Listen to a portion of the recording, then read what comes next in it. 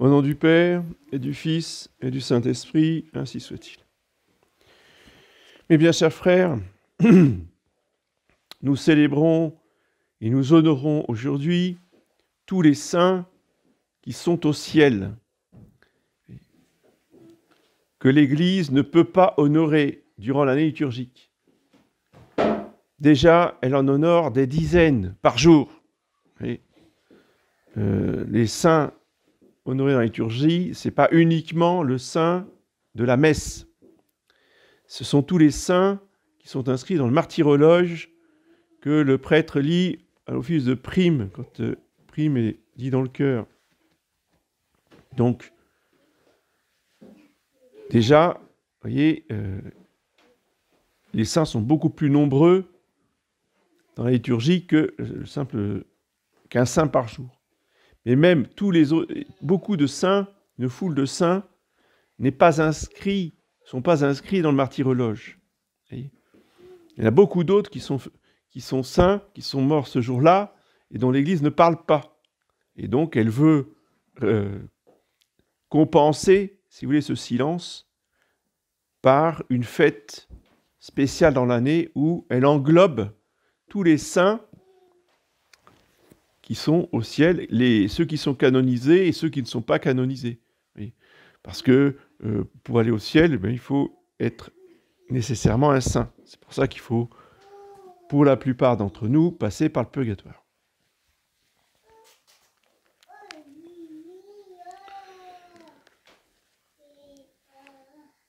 Les saints qui sont au ciel, eh bien, ont deux aspects, deux enseignements pour nous qui correspondent aux deux étapes de leur vie.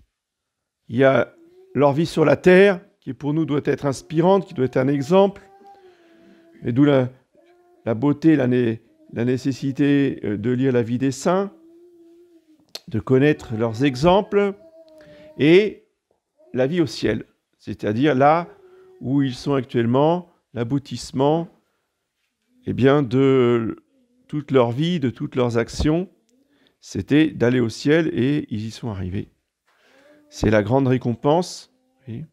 C'est le motif de notre joie. Tressaillez de joie. Pourquoi ? Parce que votre récompense sera grande dans les cieux.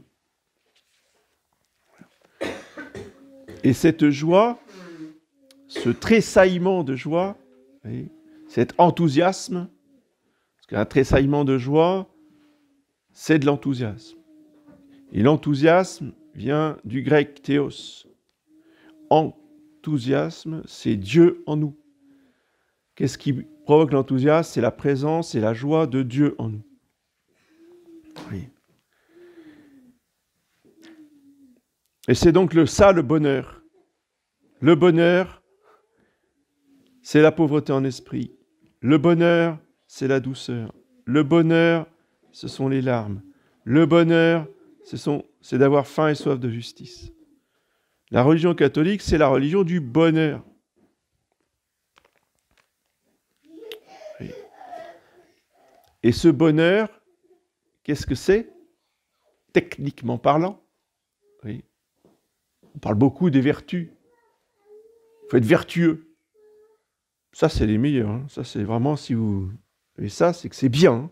Parce qu'en général, on parle des péchés. Ah, le péché, ça, on en parle tout le temps. On parle très peu des vertus. Alors, techniquement, c'est quoi le bonheur ? Techniquement, le bonheur, c'est les dons du Saint-Esprit en action. D'accord ? Donc, dans l'ordre, vous avez les vertus. Vous avez les vertus naturelles, vous avez les vertus surnaturelles, foi, espérance, charité, et les 4 vertus cardinales. Ensuite, sur ces vertus se greffent les dons du Saint-Esprit. Et les dons du Saint-Esprit, quand ils rentrent en action, c'est des moteurs qui, quand ils rentrent en action, ils produisent les 7 bonheurs, ou les 7 béatitudes. Et la sainteté, c'est quoi ? C'est l'action des dons du Saint-Esprit en béatitude. Ce n'est pas les vertus. Les vertus, c'est la vie chrétienne. C'est le service minimum. La sainteté, ce sont les béatitudes en action.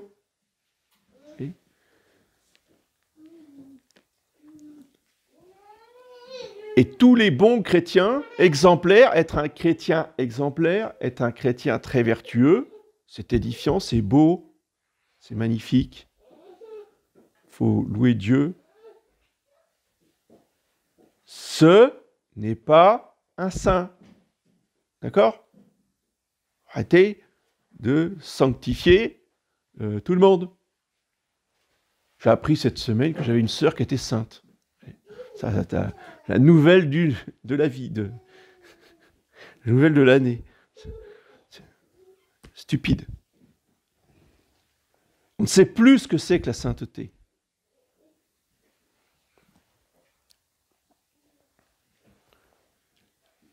La sainteté, si vous voulez, ce sont les béatitudes poussées à leur maximum. Et nous sommes tous appelés à cette sainteté parce que l'Église est sainte. Elle est une, sainte, catholique et apostolique. Donc l'Église produit des saints.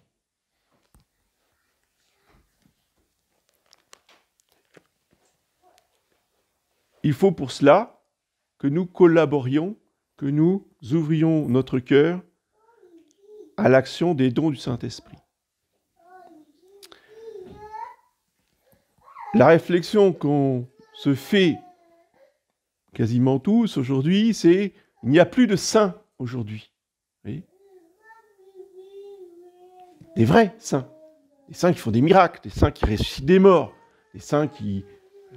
Le dernier connu que tout le monde reconnaît, moi le premier, c'est Padre Pio. Ça, c'était un saint. C'était pas un moine vertueux, un bon moine qui fait... Non, c'est un saint. Voyez, c'est quelqu'un qui a déplacé des foules parce que, bon, il avait une vie absolument exceptionnelle. C'est ça, les saints. Et quand Saint Jean Bosco passait quelque part, il déplaçait des foules, il faisait des miracles, il a ressuscité un enfant. Ça c'est un saint. Oui.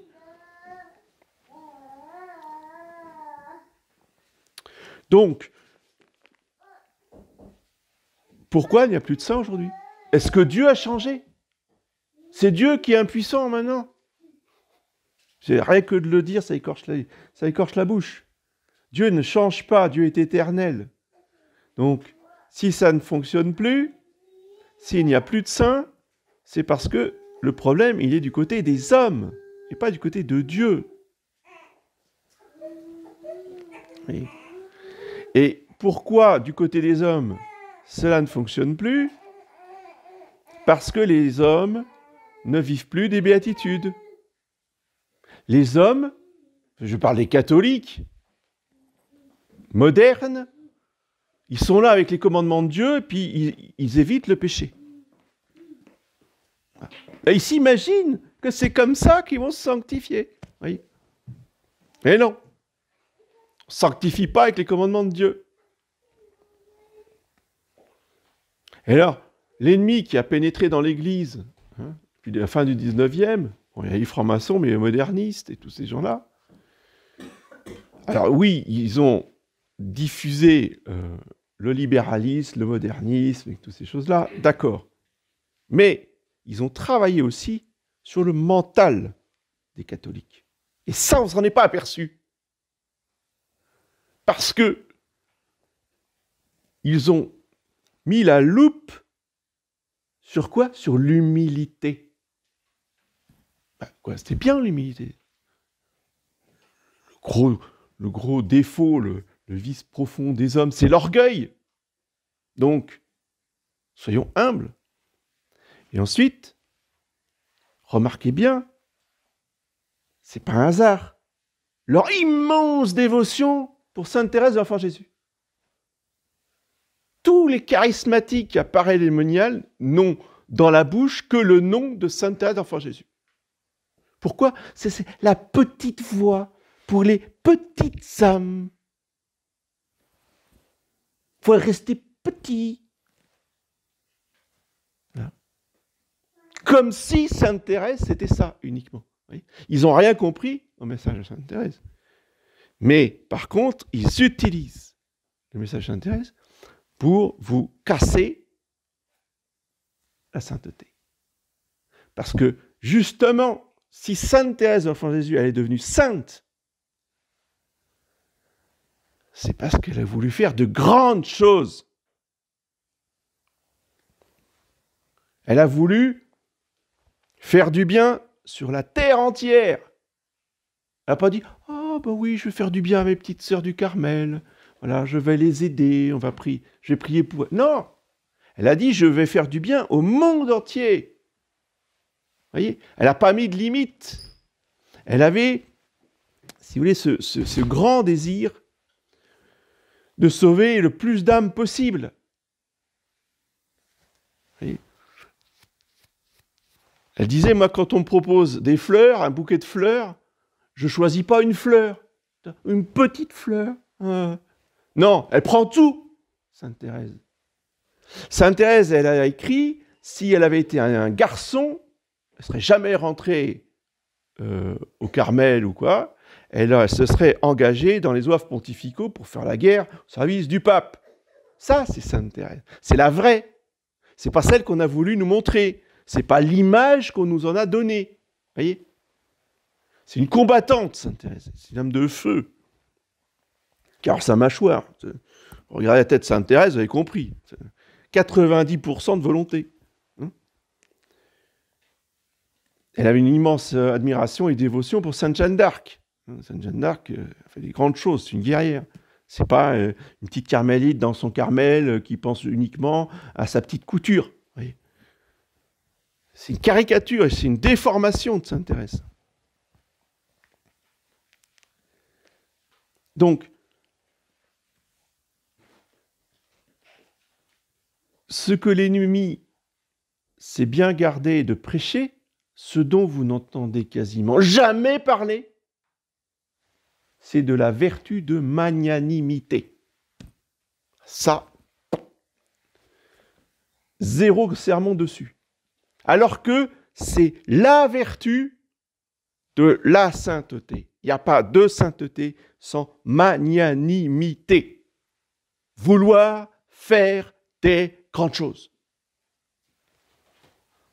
Si on veut rester dans sa petite vie médiocre, de son petit quotidien, de son petit ménage, de son petit boulot, de son petit bureau, avec son petit crayon, je ne supporte pas ce langage, je dis. Parce que c'est ridicule. Et c'est pas ça la vie chrétienne. Justement.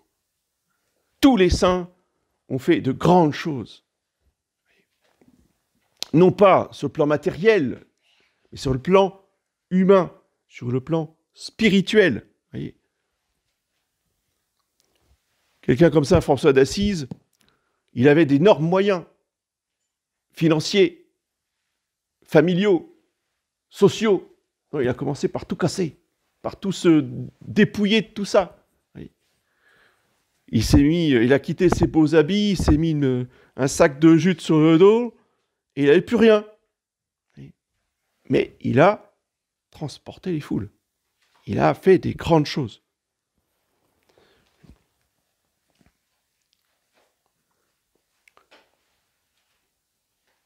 Et nous sommes tous appelés aujourd'hui à suivre, à marcher sur les pas de ces saints-là. Et à faire comme eux des grandes choses. Moi, je suis qui, moi? Mais je ne pourrais jamais être un saint. Et attendez, ils étaient aussi pauvres, aussi faibles, ils avaient leurs défauts comme nous. Les saints sont des gens comme nous. Donc si ils y sont arrivés, nous devons pouvoir y arriver aussi. Simplement, il faut suivre le bon mode d'emploi. et pas se vautrer dans la médiocrité et les petites choses.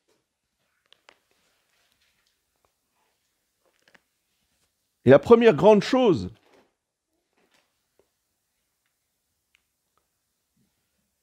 que nous devons faire et à laquelle nous devons consacrer notre vie, c'est le témoignage de la vérité. Nous l'avons lu hier dans l'Évangile. Pourquoi je suis venu dans ce monde, dit Jésus? Je suis venu dans ce monde pour rendre témoignage à la vérité. Et c'est parce qu'on rend témoignage à la vérité qu'on nous persécutera, qu'on nous maudira, qu'on dira faussement toutes sortes de mal contre nous, et que nous vivrons le bonheur de la sainteté, comme Jésus-Christ. Et ce témoignage de la vérité peut nous amener, comme notre Seigneur, à témoigner jusqu'au bout, jusqu'au grand témoignage. Comment se dit le témoignage en grec? Ça se dit martyr. Pas compliqué. Les martyrs, il y en a eu tout au long de l'histoire de l'Église. Pas simplement du temps des Romains. Il y en a eu du temps des Huguenots, des protestants. Il y en a eu au temps de la Révolution française. Il y en a eu au temps des missions. C'était loin, mais c'était quand même des catholiques, des nouveaux catholiques convertis en Asie, en Afrique, au Canada, en Amérique du Sud. 19e siècle, c'est pas très loin. Et tous ces catholiques qui se sont fait massacrer, torturer, décapiter, lisez l'histoire des missions, c'est à faire frémir.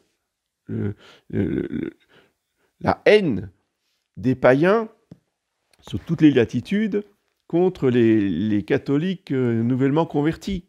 Oui. Donc Dieu peut nous demander aussi, peut-être, un jour, de témoigner de la vérité jusqu'au témoignage suprême. Voilà. Ça, eh bien, c'est une vie parfaitement réussie, une vie parfaitement accomplie. Avec comme récompense, ne l'oublions jamais, le ciel immédiatement. Il n'y a pas de purgatoire pour les martyrs. C'est la terre directement au ciel. Et ça, c'est un cadeau qu'on ne peut pas s'attribuer à soi-même. On ne peut pas rechercher le martyr. C'est Jésus-Christ lui-même qui donne ce cadeau à qui il veut. Mais ceux à qui il les donne, en général, ils n'ont rien demandé. Puis ils ne sont pas forcément d'accord. Le nombre de martyrs qui étaient de faibles femmes, voire des petits-enfants. Il y a des témoignages dans le martyrologe des enfants de 7 ans, 6 ans, qui se font tabasser contre les murs, éclater contre les murs par un légionnaire complètement fou furieux, et, sous les yeux de la mère, évidemment, sinon ce ne serait pas drôle. Et la pauvre maman, qui est aussi faible que nous, que aussi faible que vous. Ce ne sont pas des surhommes. Je ne sais pas dire, oh oui, non, il n'y a pas de problème, non, ça va très bien. Non, non. Ils sont terrorisés comme nous. C'est pas parce qu'on a peur, c'est pas parce qu'on est transi de peur qu'on ne peut pas réaliser la même chose qu'eux. C'est ça qu'il faut bien comprendre. Ils étaient faits du même sang que nous, ils avaient les mêmes émotions que nous, et ils y sont arrivés. Parce que les dons du Saint-Esprit les ont saisis, et une fois qu'ils sont face à l'acte suprême, eh bien, ils sont remplis de force. Ils ne sont plus les mêmes hommes, ils ne sont plus les mêmes femmes. Et là, ils ont ce courage d'aller jusqu'au bout du témoignage. Et c'est cette grandeur d'âme, c'est cette vertu de magnanimité qu'il faut demander aux saints, aujourd'hui, qu'ils intercèdent pour nous obtenir cette grâce, pour nous sur la terre, comme eux, ils l'ont reçue sur la terre, afin de pouvoir aller les rejoindre un jour au ciel. Et ça, c'est le deuxième aspect les saints d'aujourd'hui, c'est leur vie au ciel. Le ciel, c'est immense. Le ciel, c'est grand. C'est une foule que personne ne peut compter, dit Saint Jean. Tellement elle est grande. C'est pas le petit nombre des jansénistes, on est tout petits, vous savez, une toute petite pièce. Il y a très très peu de monde qui est sauvé. Toujours l'ennemi va cultiver, vous voyez, les petites choses. Et le janséniste, c'est l'hérétique des petites choses. Jésus-Christ, c'est les grandes choses, parce que Dieu est infini. Donc, on se détend, on s'étend, on s'étale, et on réalise, on s'épanouit, parce que le bonheur, c'est épanouissant. Bonheur, c'est la réalisation de soi. On ne peut se réaliser que dans les béatitudes, que dans la sainteté. Les saints sont les seuls êtres humains parfaitement réalisés.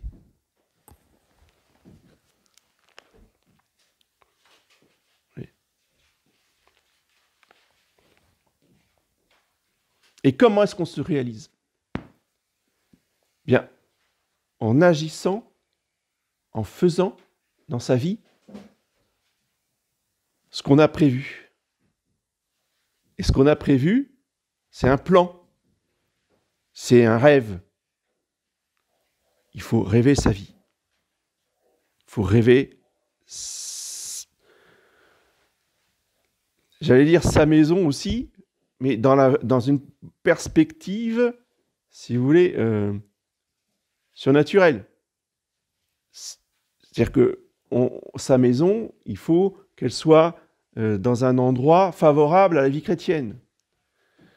Sa maison, il faut la concevoir pour ses enfants, ses petits-enfants. Vous voyez, tout un tas de choses. Qu'est-ce qu'on va mettre dans la maison ?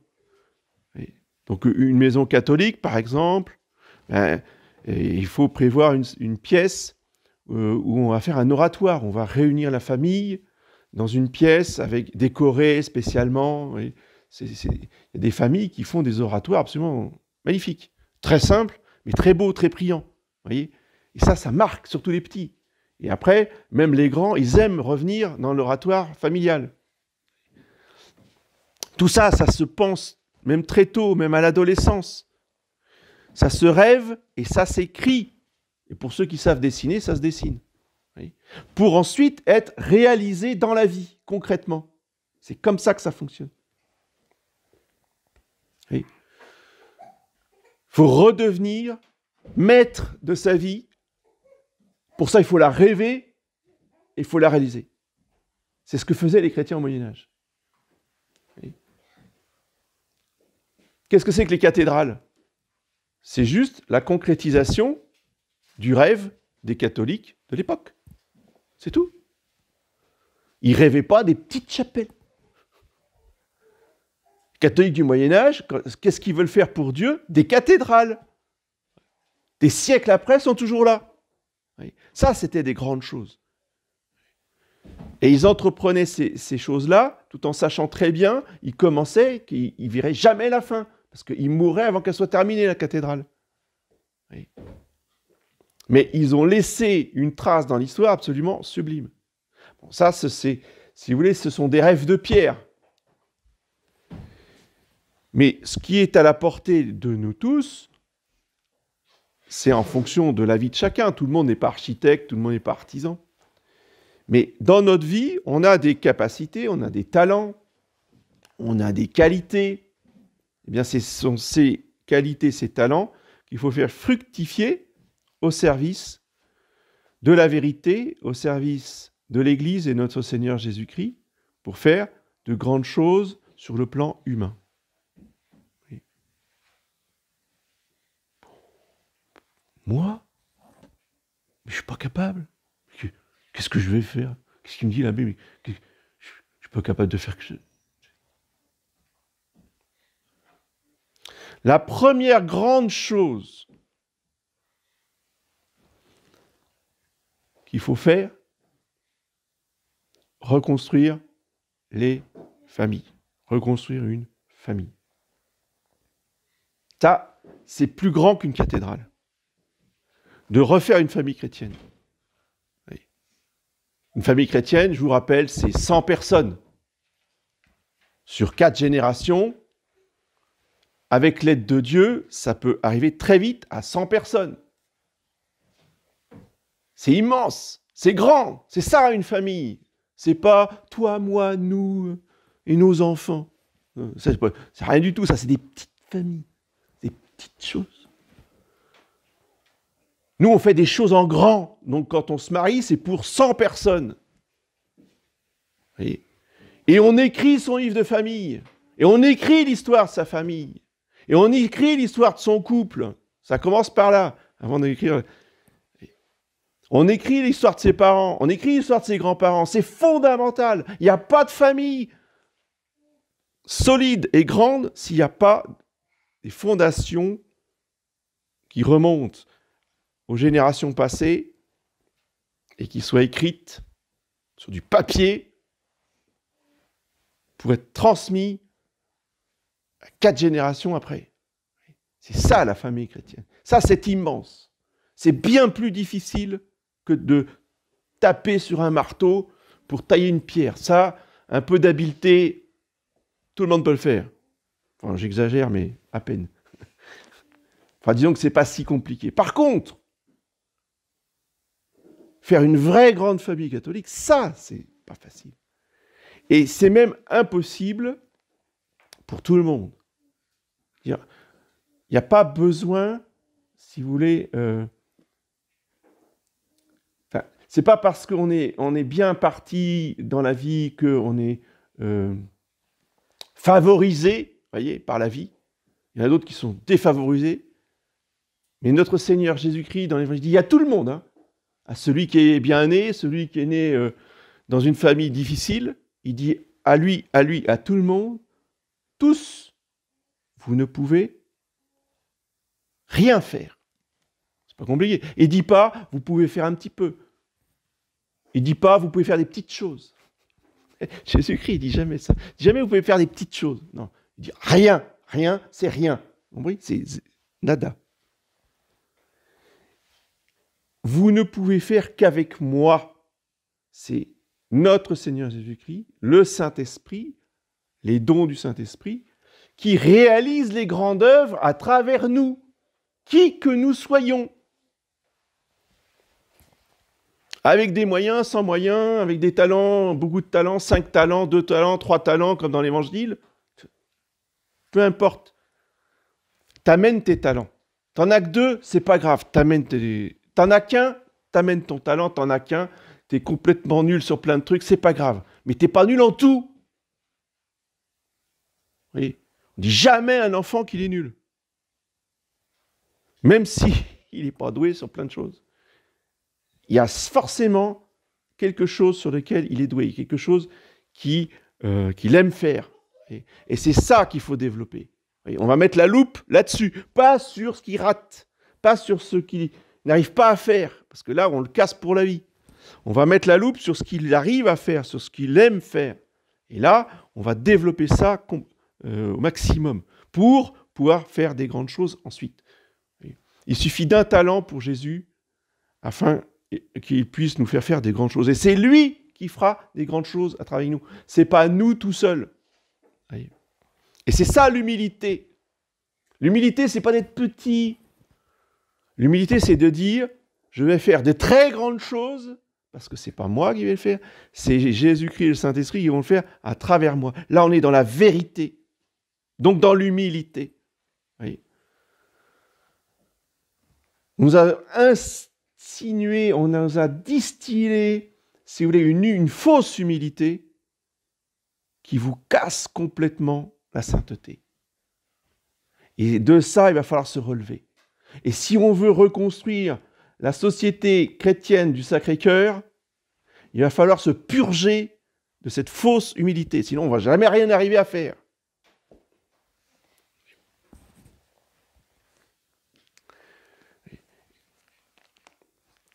Donc, demandons aussi à la Sainte Vierge, qui est la mère des saints, de nous donner cet enthousiasme, cette joie, cette magnanimité qui va nous faire entreprendre la grande œuvre de la reconstruction des familles. Ça, c'est maintenant. Parce que demain, il va falloir faire la grande œuvre des séminaires, des couvents. Bon, ça commence déjà, mais il va falloir développer ça beaucoup plus.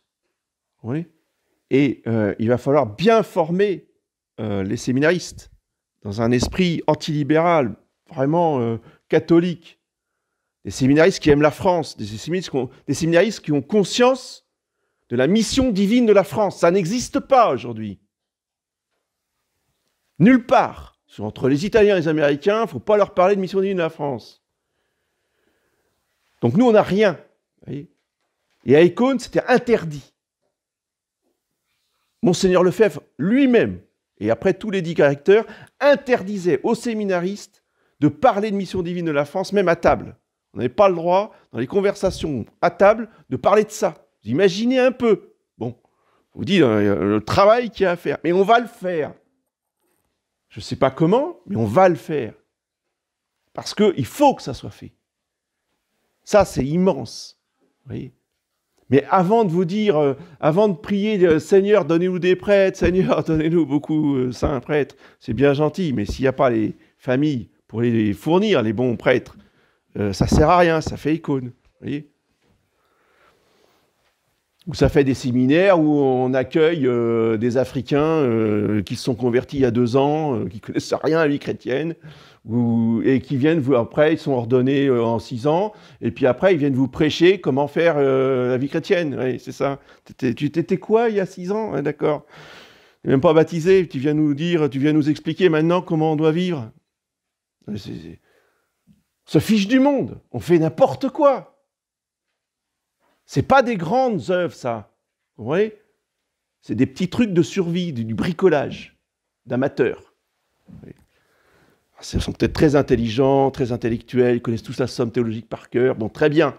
Mais ça réalise quoi? Pas grand-chose.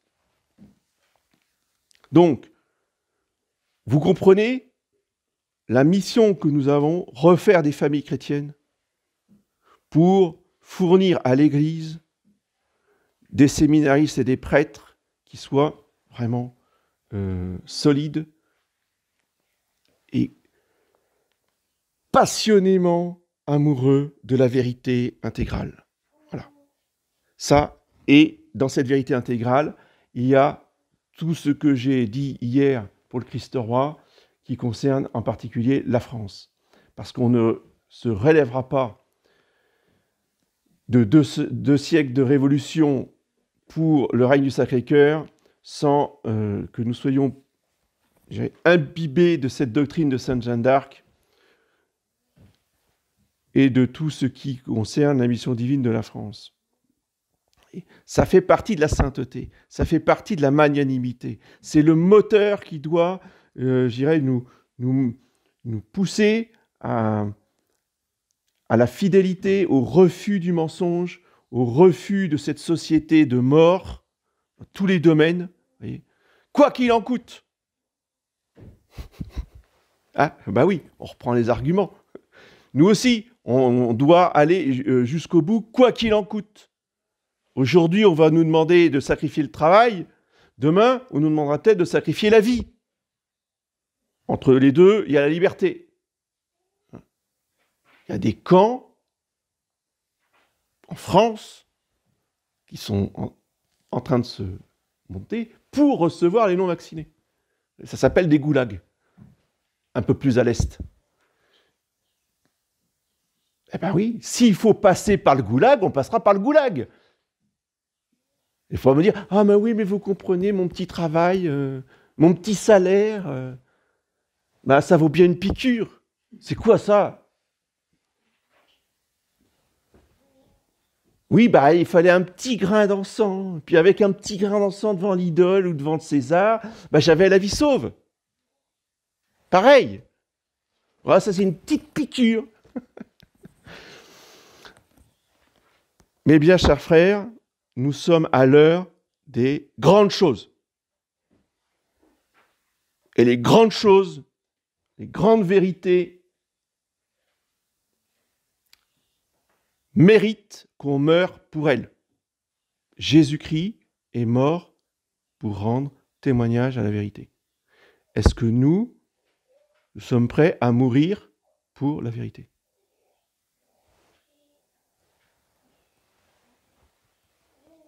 Posons-nous la question. Est-ce que je suis prêt à mourir? Alors avant de mourir, il y a tout un tas d'étapes. Est-ce que je suis prêt à perdre mon travail? Est-ce que je suis prêt à vivre sans plus rien? Est-ce que je suis prêt à perdre ma maison? Parce qu'ils en parlent, on peut être propriétaire. Est-ce que je suis prêt à tout sacrifier? Est-ce que je suis prêt à être embarqué dans un camp pour les non-vaccinés? Est-ce que je suis prêt à être torturé? Est-ce que je suis prêt à être massacré? Posons-nous la question. Est-ce que notre vie en vaut la peine? Est-ce que ce que nous croyons en vaut la peine? C'est ça, la grandeur de la vie chrétienne. C'est, est-ce que ça vaut la peine de mourir pour ça ou pas?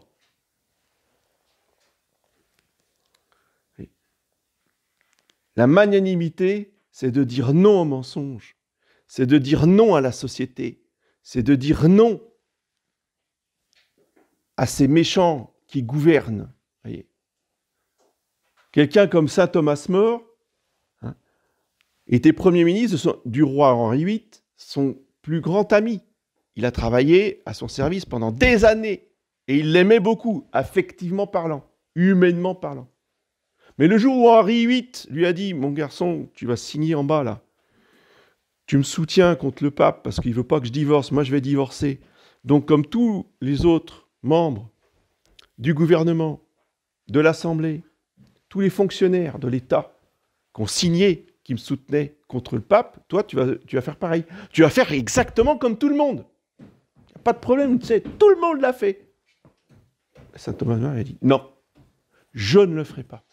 Parce que je ne suis pas d'accord, ça va contre ma foi. » Et son meilleur ami l'a mis en prison.